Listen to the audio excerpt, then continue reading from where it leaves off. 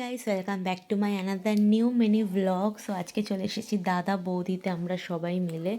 So আজকে কি কি খাই না খাই সবটাই তোমাদের সাথে শেয়ার করবেন। যারা শর্টস ভিডিও অলরেডি দেখে নিয়েছে তারা তো জানোই খুব ভালো একটা টাইম কাটিয়েছি। ফার্স্টে ওকে আমি ওর গিফটগুলো দিয়ে দিচ্ছিলাম, ওর সবকটা গিফটই খুব পছন্দ হয়েছে।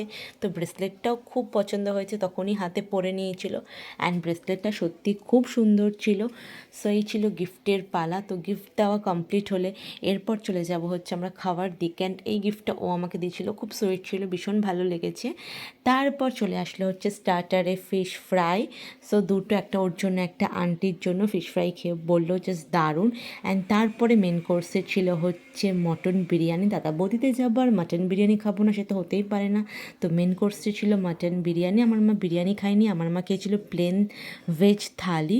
সো মাটন বিরিয়ানিটাও খুব ভালো ছিল। অ্যান্ড ফিশ ফ্রাই তখনও কমপ্লিট করতে পারিনি, তখনই চলে এসেছে মটন বিরিয়ানি। অ্যান্ড মাটনের পিসটা জাস্ট দারুণ দিয়েছিল, এত বড়। ও বললো সত্যি খুব সুন্দর। অ্যান্ড অনেকক্ষণ গরম ছিল, তুলতেই পারছিল না মটনের পিসটা, তোমরা দেখেছো। তারপরে চলে আসলো ফিরনি। ফিরনিও খেতে বললো, বেশ ভালো ছিল। অ্যান্ড সবকটা খাবারই সেদিন ওর ভীষণ ভালো লেগেছে। তারপর আমাদের বিল চলে আসলো।